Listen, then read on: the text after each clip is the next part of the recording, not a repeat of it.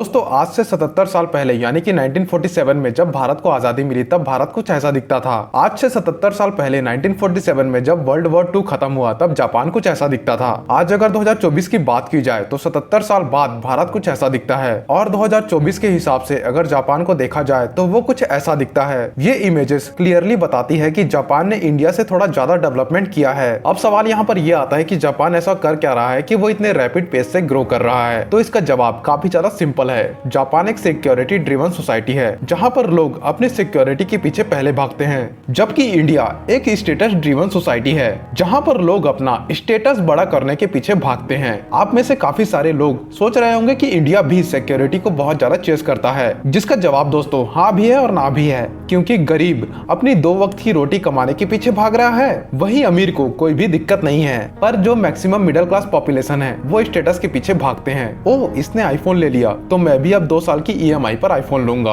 ओह इसने तो नाइकी के शूज पहने हैं, मैं भी अब इसकी फर्स्ट कॉपी लूंगा। मैं आपको ऐसे काउंटलेस एग्जांपल दिखा सकता हूं जहां पर यूथ स्टेटस गेम खेलता है। जी हाँ, मैं यूथ की बात करूंगा क्योंकि इंडिया में मेजोरिटी पॉपुलेशन यानी कि 66% पॉपुलेशन यूथ है और यहाँ पर यूथ मिडिल क्लास है। अब यहाँ पर सवाल ये आता है कि इंडिया का 66% पॉपुलेशन मिडिल क्लास क्यों है आखिर? इसका जवाब हमारे अपब्रिंगिंग में छुपा हुआ है। क्यों जब बच्चा छोटा होता है तभी उसके दिमाग में डाल दिया जाता है कि अपने पैसे को बैंक में सेव करना सीखो ताकि जब तुम पर मुसीबत आए तब तुम्हारा पैसा तुम्हारा साथ दे सके। अब ऑनेस्टली मैं यही सोचता हूँ कि घर के बड़े बुजुर्ग तुम्हारा अच्छा ही चाहेंगे, पर बैंक में अपना सारा पैसा सेव करना one of the worst piece of advice जो आपको कोई दे सकता है, क्योंकि अगर एवरेज लगाकर देखा जाए तो बैंक आपको 2 से 3% का इंटरेस्ट रेट देता है, वो भी आपके सेविंग पर, और इन्फ्लेशन हर साल 5 से 8% तक बढ़ती जा रही है। तो आपका पैसा यहाँ पर बढ़ने की जगह घट रहा है और हर साल आपको नुकसान होता है। अगर ये सब समझ नहीं आ रहा तो एक एग्जाम्पल के तौर पे समझाता हूँ आपको। सरल भाषा में अगर कहा जाए तो इन्फ्लेशन इज नथिंग बट महंगाई,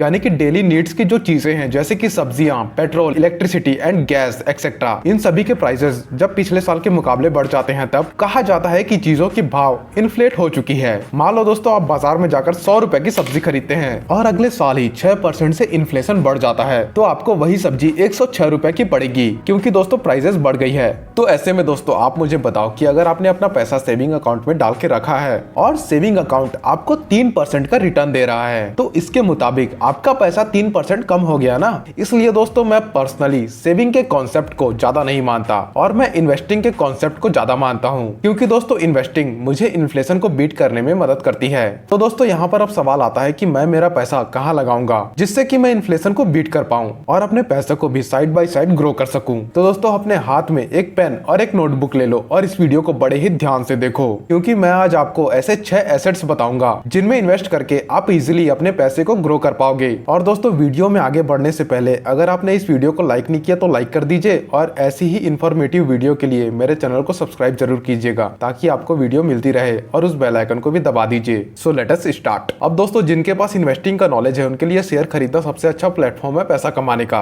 लेकिन दोस्तों जिनके पास शेयर बाजार का नॉलेज नहीं है उनके लिए ये काफी रिस्की मूव हो सकता है। बट जैसा दोस्तों हर्षद मेहता कहते हैं, लाला इश्क है तो रिस्क है। तो दोस्तों लोन लेने के लिए तो आप रेडी हो, लेकिन यहाँ पर मेजर सवाल आता है कि कौन सी कंपनी के शेयर खरीदे। तो पीटर लिंच जो कि एक बहुत ही अच्छे यानी कि सक्सेसफुल इन्वेस्टर हैं, वो कहते हैं कि हर कॉमन मैन के पास पूरे साल 2 या 3 अच्छी अपॉर्चुनिटी आती है जिसके शेयर वो खरीद सकता है, बट इसके लिए उसको ऐसी चीजें देखनी होंगी जो कि उसके आसपास है। फॉर एग्जांपल एक फोटोग्राफर को अच्छे से पता होता है कि कौन सी कंपनी के कैमरा सबसे ज्यादा बिक रहे हैं, एंड किसी हाउसवाइफ को अच्छी तरीके से पता है कि मार्केट में सबसे अच्छा जैम कौन सा कंपनी का बिक रहा है, क्योंकि उसके और दूसरे पेरेंट्स के बच्चे उसी जैम का डिमांड करते हैं। उसी तरह एक फिट बंदे को पता है कि सबसे बेस्ट प्रोटीन से कौन से कंपनी का आता है। तो ये ऑब्जर्वेशंस पर American investor and one up on wall street के ऑथर पीटर लिंच कहते हैं कि जब हमें ऐसी चीजें पता चलती है जिनकी डिमांड काफी ज्यादा है या फिर वो चीज ट्रेंड में चल रही है, तो हमें सबसे पहले चेक करना चाहिए कि वो कंपनीज लिस्टेड है या फिर नहीं और उस कंपनी के शेयर्स बिक रहे हैं या फिर नहीं। अगर बिक भी रहे हैं तो ऐसा बिल्कुल भी नहीं है कि हमें ये शेयर्स ऐसे ही खरीद लेने चाहिए, बल्कि हमें शॉर्टलिस्ट कर लेना चाहिए,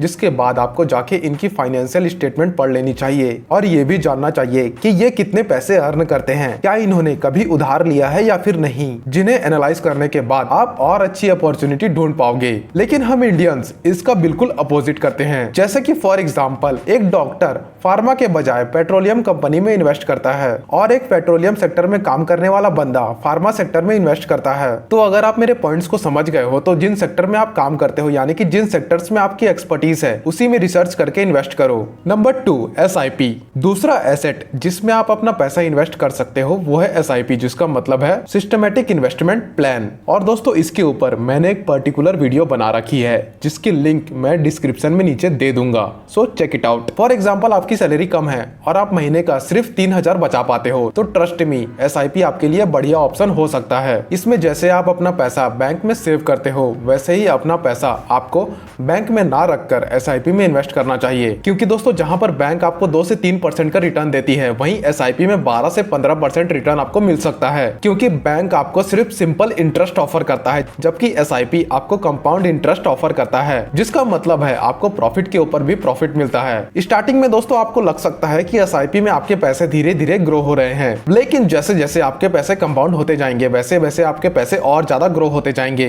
तीसरा एसेट आता है लाइसेंसिंग। वैसे ये वाला कॉन्सेप्ट मिडिल क्लास लोगों में इतना ज्यादा कॉमन नहीं है, लेकिन दोस्तों इस कॉन्सेप्ट को अगर आप एक बार समझ गए तो आपको बार बार आपके कॉन्सेप्ट या आइडिया के लिए रिकरिंग पैसे मिल सकते हैं। लाइसेंसिंग का एक बढ़िया एग्जांपल बिल गेट्स है, जो कि एक माइक्रोसॉफ्ट विंडोज 10 DVD का पैसा लेते हैं, वो भी एक कॉपीज का, जिसका मतलब दोस्तों जिस भी कंप्यूटर में उनका सॉफ्टवेयर डलेगा उन सभी में से उनको कमीशन मिलता रहेगा। अगर दोस्तों हम थोड़े कॉमन लोगों की बात करें, स्टीफन की एक ऐसे इंसान है जिन्होंने दोस्तों अपने कॉमन आइडियाज बनाकर कंपनीज को बेचे और सालों तक कमीशन कमाते रहे कंपनीज से। उन्होंने दोस्तों माइकल जॉर्डन का एक वॉल बॉल बनाया और एक कंपनी को बेचा जिसके लिए उनको 10 साल तक कंपनी से 70 लाख मिले, और इस सिंपल डिजाइन पर उन्होंने 20 से 30 डॉलर रुपए मात्र खर्च किए। Number 4 small businesses. Robert Kiyosaki ने अपने book Rich Dad's Cash Flow Quadrant में 4 टाइप के लोगों के बारे में बताया है। उनमें से एक कैटेगरी है दोस्तों बिजनेस ओनर। किसी भी कंट्री के सक्सेस का राज होता है उनकी फाइनेंशियल पॉलिसीज और 1% पॉपुलेशन जो कि बिजनेस ओनर्स। रॉबर्ट कियोसाकी आज भी कहते हैं कि पैसों को बैंक में रखना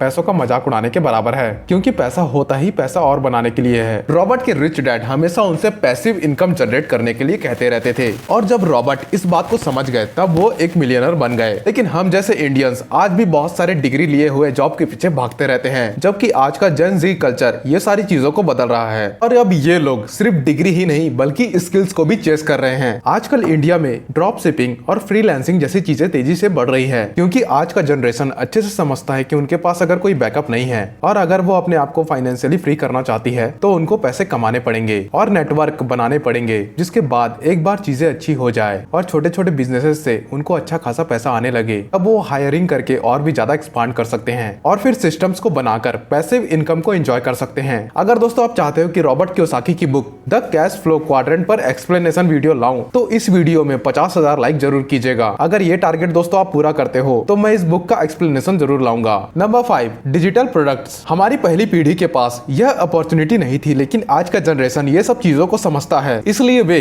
डिजिटल प्रोडक्ट्स और डिजिटल कोर्सेज को क्रिएट कर रहे हैं जिसे वह एक बार बनाकर बार बार सेल कर पा रहे हैं। डिजिटल प्रोडक्ट में कॉस्ट प्रोडक्शन ऑलमोस्ट 0 होती है और स्केलेबिलिटी का कोई इश्यू ही नहीं है। इसलिए जैक मा ने अपने एक इंटरव्यू में कहा है कि वॉलमार्ट को ज्यादा प्रोडक्ट बेचने के लिए ज्यादा स्टोर्स बनाने पड़ेंगे, जबकि मुझे ज्यादा स्केल या फिर सेल करने के लिए मात्र 2 सर्वर बनाने पड़ेंगे और इन सभी चीजों में ज्यादा टाइम नहीं लगेगा। तो दोस्तों मेरी यहाँ पर एक एडवाइस है कि दोस्तों जो कुछ भी आपको आता हो या फिर जो भी डोमेन में आपकी एक्सपर्टीज है उसके ऊपर कोर्सेज बनाओ और उसको सेल करो। और दोस्तों कोर्सेज बनाने के कॉस्ट ऑलमोस्ट 0 है, सिर्फ दिमाग चलाने की जरूरत है और मात्र उस कोर्सेज के बारे में रिसर्च करने की जरूरत है आपको। और दोस्तों इसके लिए सिर्फ आपको पंखे बंद करने हैं, लाइट बंद करने हैं और ट्राइपॉड पर आपका फोन लगाना है और बिना किसी जजमेंट के एक कंटेंट क्रिएशन वीडियो शुरू कर देना है। Number 6 social media content as an assets. अगर आप एआई के दौर में आज भी सोच रहे होगे कि चलो 9 to 5 जॉब करते हैं और आए हुए सैलरी में से पैसे बचाकर बैंकों में सेव करते हैं, तो मैं आपको बता दूं कि आप बहुत बड़ी गलती कर रहे हो यहाँ पे, क्योंकि जियो के बूम के बाद इंटरनेट गांव-गांव तक पहुंच गया है। और ये बात मैं नहीं बल्कि असनीर ग्रोवर ने एक इंटरव्यू में कहा था। इस बात में सच्चाई है कि क्रिएटर्स बहुत ज्यादा पैसा कमा रहे हैं और वो भी सिर्फ कंटेंट बनाकर। तो आप यूट्यूब और इंस्टाग्राम में अगर कंसिस्टेंटली क्वालिटी कंटेंट बना सकते हो तो मुबारक हो, आप अमीर बन सकते हो। अब दोस्तों चॉइस यहाँ पर आपकी है कि आपको सिर्फ समय बर्बाद करना है या फिर कुछ करके भी दिखाना है। अगर दोस्तों आप चाहते हो कि मैं आपको सिखाऊं कि यूट्यूब में ग्रो कैसे करते हैं, या फिर आपको सीखना है कि एक पैसिव इनकम कैसे जनरेट करनी है, हैं तो इस वीडियो के नीचे कमेंट करके जरूर बताइएगा और इसके मुताबिक मैं एक पर्टिकुलर टॉपिक में वीडियो लाऊंगा। धन्यवाद।